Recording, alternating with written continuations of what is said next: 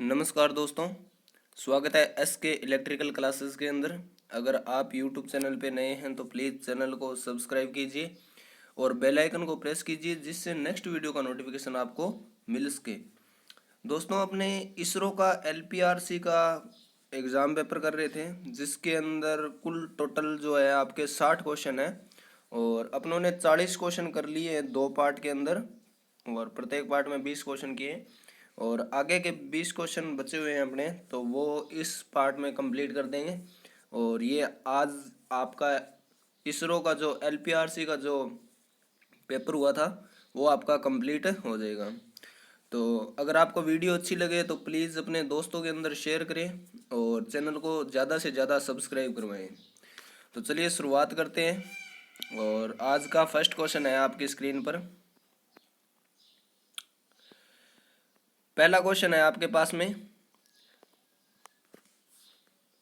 कि प्रथम चरण के एसी आपूर्ति 100 वाट 230 वोल्ट के दीप द्वारा 10 घंटे में खपत ऊर्जा होगी। Energy consume by a lamp of 100 watt 230 volt single phase AC supply for 10 और शॉल बी। यानी आपको विद्युत ऊर्जा का मान ज्ञात करना है। आपको पता है कि विद्युत ऊर्जा को अपने कैसे डिफाइन करते हैं। तो देखिए, KWH निकालने के लिए अपने को पता है वाट इंटू घंटा अपॉन में 1000। ठीक है, यहाँ से अपने को क्वेश्चन के अंदर दे रखा है वाट है, जो वाट आपका दे रखा है वो कितना है, 100 वाट है। और घंटे की बात करें तो घंटे आपको दे रखे हैं 10 घंटे दे रखे हैं। ठीक है, अपॉन में 1000। तो एक जीरो से एक जीरो यानी 3 जीरो कैंसिल, तो क्या बचा आपके पास में 1 KWH। यानी जो आपका 100 वाट का लैंप होगा और वो 10 घंटे अगर जलता है तो वो कितनी एनर्जी कंज्यूम करता है, तो वो 1 KWH यानी 1 किलोवाट घंटा की एनर्जी क्या करता है, खपत करता है। तो यहाँ से जो आपका राइट आंसर होगा वो कौन सा ऑप्शन होगा, तो ऑप्शन नंबर बी जो है वो आपका क्या होगा, यहाँ से बिल्कुल राइट आंसर होगा। ठीक है, आशा करता हूँ आपको ये क्वेश्चन जरूर समझ में आया होगा। तो चलिए नेक्स्ट क्वेश्चन की बात करते हैं। अगला क्वेश्चन आपकी स्क्रीन पर।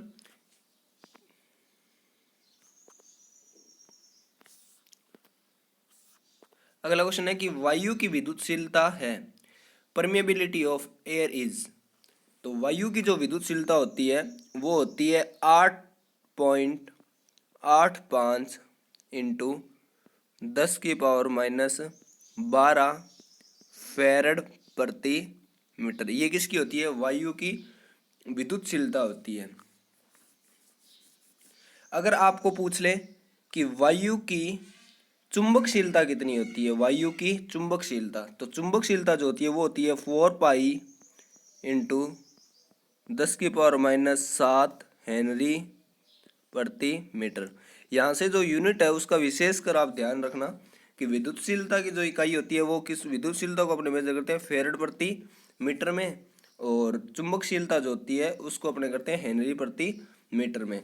और वायु की जो चुंबकशीलता होती है वो होती है 4 पाई इंटू 10⁻7 हेनरी प्रति मीटर।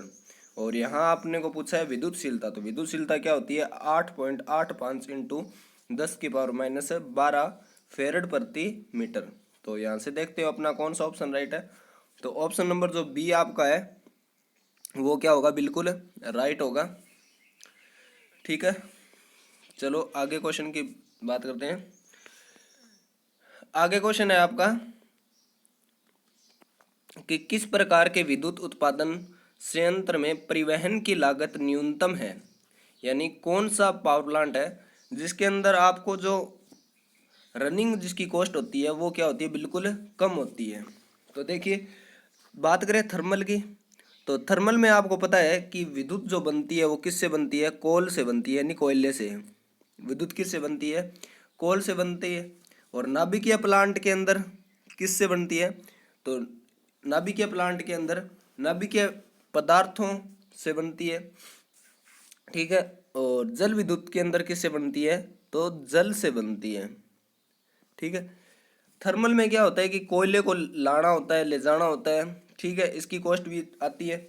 और नाभिकीय प्लांट के अंदर भी फ्यूल को लाना ले जाना, इसकी भी कॉस्ट होती है। और थर्मल जल हाइड्रो पावर प्लांट के अंदर क्या होता है कि अपने को कोई किसी प्रकार का कोई ईंधन फ्यूल नहीं लेके आने की आवश्यकता होती है, इस क्योंकि हाइड्रो पावर प्लांट के अंदर जल को डायरेक्ट टरबाइन पर गिराकर, किस पर? टरबाइन पर गिराकर टरबाइन को घुमाया जाता है। और जब टरबाइन घूमती है तो अपना क्या घूमता है? अल्टरनेटर घूमता है। और जब अल्टरनेटर घूमता है तो अपने को क्या मिलती है? विद्युत मिलती है, ठीक है। तो जल विद्युत जो पावर प्लांट होता है, यानी हाइड्रो पावर प्लांट जो होता है, उसके अंदर जो परिवहन की जो लागत होती है वो क्या होती है? शून्य होती है, ठीक है।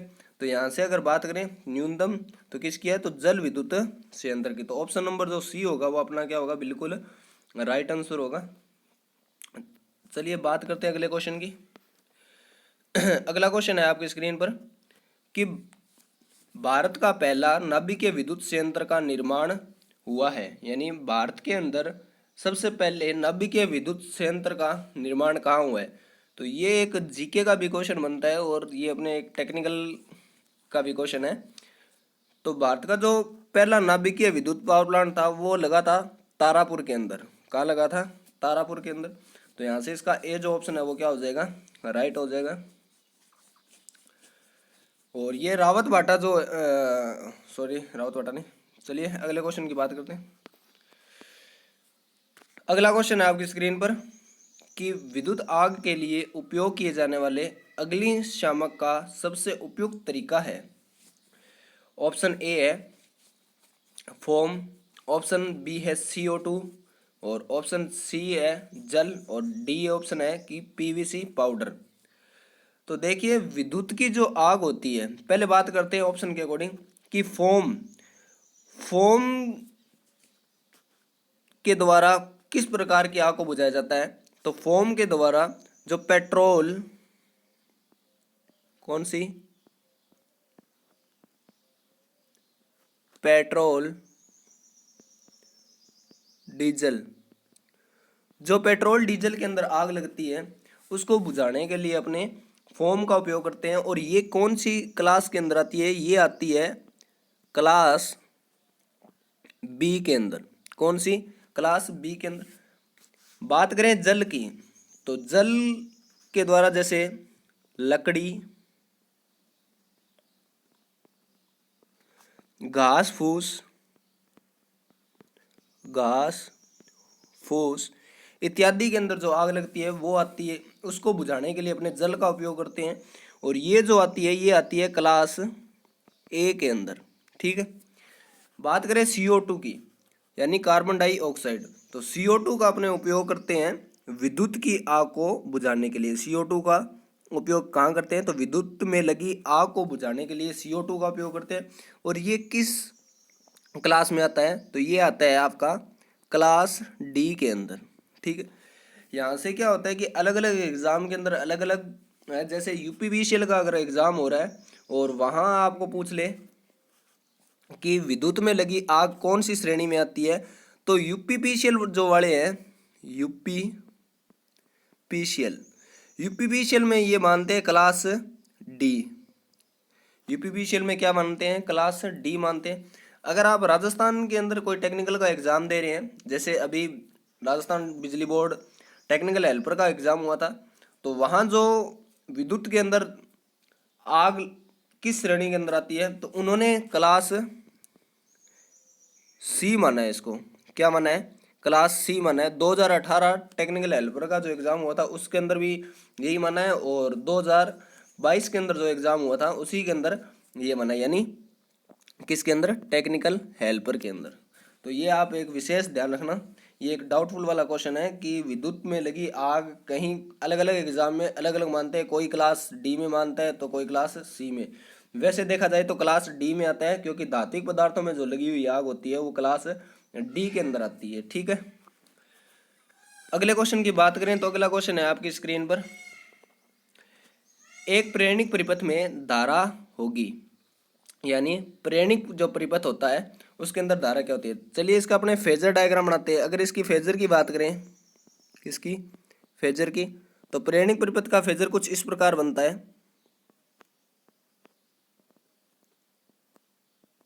ठीक है, तो ये जो होती है ये होती है आपकी वोल्टेज, और ये क्या होती है, धारा, और एंगल जो बनता है वो आपका बनता है 90 डिग्री का।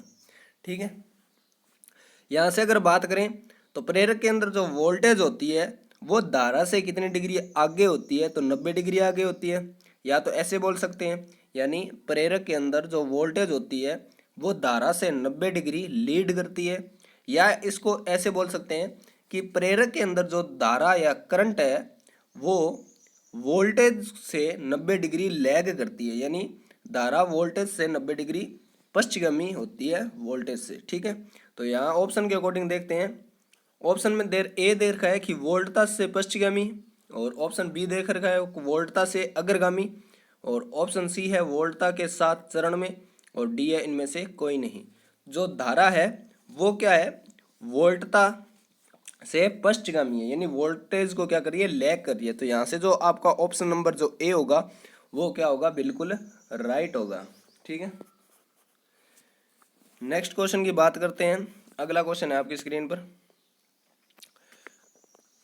फेरांटी प्रभाव किसके लिए लागू है, यानी Ferranti effect is applicable for. तो देखिए पहले बात करते हैं फेरांटी प्रभाव होता क्या है। देखिए सिरोपरी लाइनों के अंदर, सिरोपरी लाइनों में, किसमें,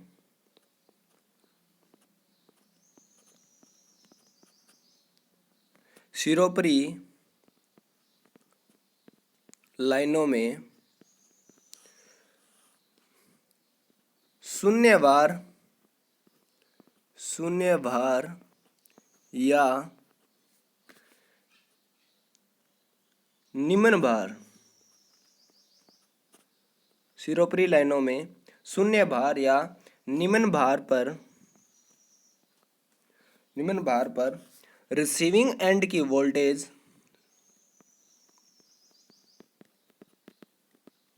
रिसीविंग एंड की वोल्टेज सेंडिंग एंड से क्या हो जाती है, अधिक हो जाती है। सिरोपरी लाइनों में शून्य भार या निम्न भार पर रिसीविंग एंड यानी प्राप्त करने साइड की वोल्टेज होती है वो सेंडिंग एंड की ओर से क्या हो जाती है, अधिक हो जाती है। तो इस प्रभाव को क्या कहते हैं, स्किन प्रभाव, फेरांटी प्रभाव कहते हैं। ठीक है, यानी क्या फेरांटी प्रभाव क्या होता है कि ट्रांसमिशन लाइनों में ये मान लो क्या है, भेजने वाला है, और ये क्या है, प्राप्त करने वाला है। क्या है, प्राप्त करने वाला है ये लाइन है। यानी ये क्या है आपका सेंडिंग एंड, और ये क्या है, रिसीविंग एंड। नो लोड या हल्के भार की स्थिति में क्या होता है कि यहाँ से भेजने वाली जो वोल्टेज होती है, मान लो ये होती है 400 वोल्ट, कितनी है, 400 वोल्ट, और यहाँ आपको प्राप्त हो रही है 420 वोल्ट या 430 वोल्ट। यानी भेजी आपको 400 वोल्ट है, लेकिन आपको प्राप्त को क्या हो रही है, 420 या 430। तो इस प्रभाव को जो कहते हैं वो कहते हैं फेरांटी प्रभाव। तो ये कौन से लोड पर होता है, तो शून्य भार या हल्के लोड पर। तो ऑप्शन देखते हैं, ऑप्शन ए है आपके पास में हल्के भारित रेखाएं के लिए, यानी लाइटली लोड लाइन, और ऑप्शन बी है कि नो लोड लाइन, और ऑप्शन सी है ए व बी दोनों, और ऑप्शन डी है दोनों ए और बी नहीं। तो यहाँ से जो आपका राइट आंसर होगा वो ऑप्शन नंबर क्या होगा, वो ऑप्शन नंबर सी जो होगा बिल्कुल राइट होगा। ऑप्शन नंबर सी जो होगा वो क्या होगा, बिल्कुल राइट होगा, ए और बी दोनों, यानी हल्के लाइटली लोड के लिए और नो लोड पर। ठीक है, नेक्स्ट क्वेश्चन की बात करें तो अगला क्वेश्चन है कि भारतीय विद्युत नियम के अनुसार आवर्ती का घोषित मूल्य है। देखिए फ्रीक्वेंसी जो है वो 50 हर्ट्ज प्लस माइनस 3% अपनी क्या है घोषित आवृत्ति है इंडियन इलेक्ट्रिसिटी रूल IE नियम के अकॉर्डिंग। ठीक है, कि भारत के अंदर जो फ्रिक्वेंसी है वो 50 हर्ट्ज प्लस माइनस है 3%, यानी 3% वेरिएशन हो सकता है, 3% कम भी हो सकती है और ज़्यादा भी हो सकती है। अगर अपने बात करें कि फ्रिक्वेंसी की रेंज क्या है, तो इसकी रेंज जो है वो 48.5 हर्ट्ज से लेकर 51.5 हर्ट्ज के मध्य में होती है। कितनी होती है? 48.5 से लेकर 51.5 के मध्य में होती है। ठीक है, और इसकी बात करें कि टोटल जो वेरिएशन होता है वो कितना होता है, वो होता है आपका 3% का होता है। कितने परसेंट का होता है? और अगर बात करें, ठीक है, तो यहाँ से जो आपका राइट आंसर होगा वो ऑप्शन नंबर क्या होगा? ऑप्शन नंबर सी जो होगा बिल्कुल क्या होगा? राइट होगा, 50 हर्ट्ज प्लस माइनस 3%। ठीक है, नेक्स्ट क्वेश्चन की बात करें, आगे क्वेश्चन है आपकी स्क्रीन पर।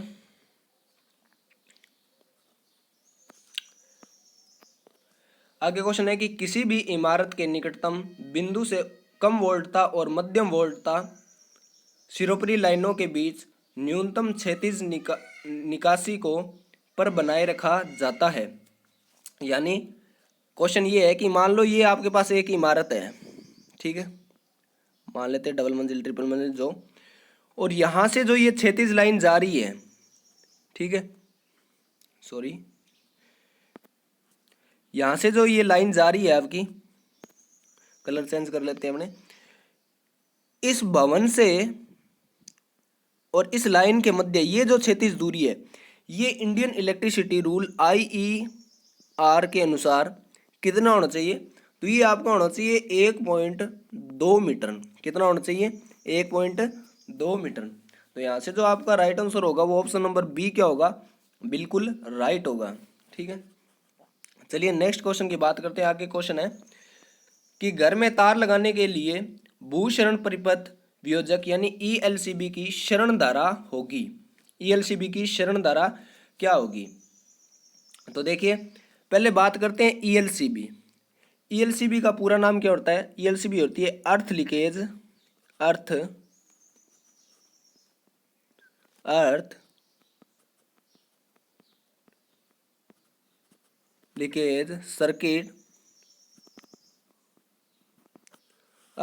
Circuit breaker.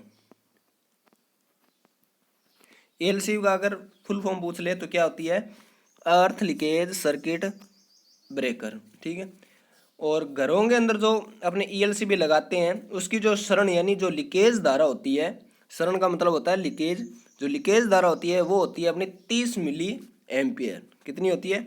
30 मिली एम्पियर तक होनी चाहिए। ठीक है, तो यहाँ से जो ए ऑप्शन है जो वो क्या होगा?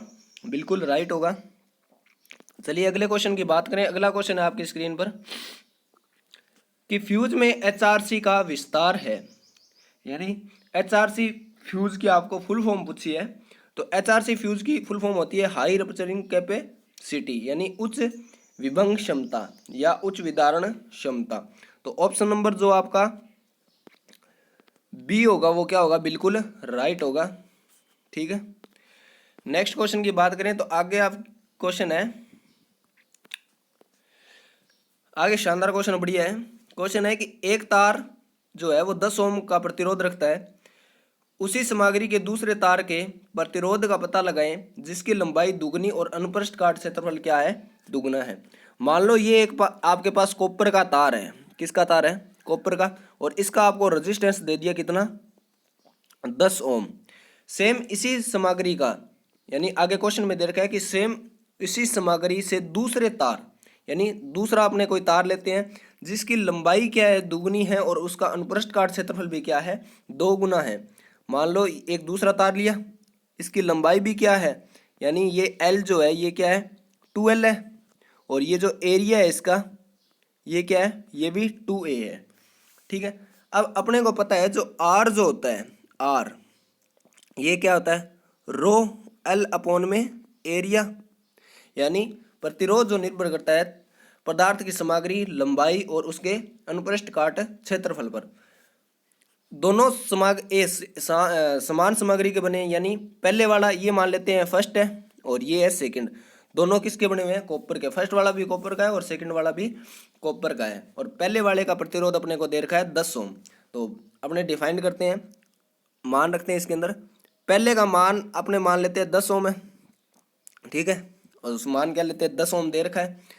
दूसरे में बोल रहे हैं कि लंबाई को 2 गुना कर दिया, यानी अब जो लंबाई है वो क्या कर दी? 2L कर दी। और एरिया है वो भी क्या कर दिया? 2A कर दिया। रो का मान जो पहले था वही अब है, ठीक है। तो 2 से 2 क्या हो जाएगा? कैंसिल। तो बचा क्या अपने पास? L बटा A, और L बटा A, रो L बटा A ही क्या था? पहले था। यानी लंबाई को 2 गुना करने पर, किसको? लंबाई को 2 गुना व एरिया को 2 गुना करने पर प्रतिरोध में कोई प्रभाव नहीं पड़ता है, ठीक है।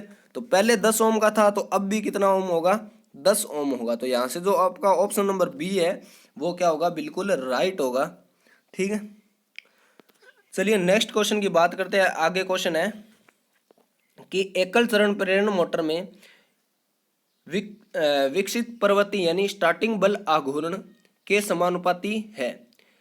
जो इंडक्शन मोटर होती है उसके अंदर जो स्टार्टिंग टॉर्क होता है टी, वो क्या होता है? वोल्टेज की स्क्वायर के क्या होता है? समानुपाती होता है, यानी वोल्टेज की वर्ग के क्या होता है? समानुपाती होता है। तो यहाँ से ऑप्शन नंबर जो बी होगा वो आपका क्या होगा? बिल्कुल राइट होगा। आगे क्वेश्चन की बात करते हैं। आगे क्वेश्चन है कि सोल्डर बनाने के लिए टिन और शीशा 60:40 के अनुपात में मिलाया जाता है। 5 किलोग्राम सोल्डर बनाने के लिए प्रत्येक की कितनी मात्रा में उपयोग किया जाएगा? तो देखिए अपने सॉल्व करते हैं। अपने पास टिन और शीशा यानी लेड है, ये किस अनुपात में? ये आपका है 60:40। जब इसको काटेंगे तो इसका अनुपात कितना आ जाएगा? 3:2। ये टोटल अपने पास कितना है? 5 हो गया। टोटल कितना हो गया? 5। अपने को बनाना कितना है? 5 किलोग्राम। क्वेश्चन में दे रखा है इस 5 की वैल्यू किसके बराबर है? 5 के। तो 1 की वैल्यू निकालेंगे तो 1 की वैल्यू क्या आ जाएगी? 1, यानी 1 की वैल्यू क्या आ जाएगी? 1।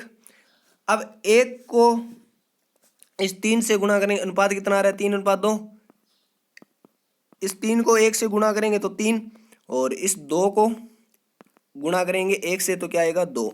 तो अब भी अनुपात क्या रहा है? 3:2। तो यहाँ से जो आपका राइट आंसर होगा वो ऑप्शन नंबर डी क्या होगा? बिल्कुल राइट होगा कि 3:2। 5 किलोग्राम अपने को सोल्डर बनाने के लिए 3:2 के अंदर अपने को क्या रखना पड़ेगा? टिन और शीशा रखना पड़ेगा, ठीक है। चलिए नेक्स्ट क्वेश्चन की बात करते हैं। आगे क्वेश्चन है कि सर्पिवलीय प्रेरण मोटर को गिलहरी पिंजरा प्रेरण मोटर से अधिक प्रधानता दी जाती है, क्यों?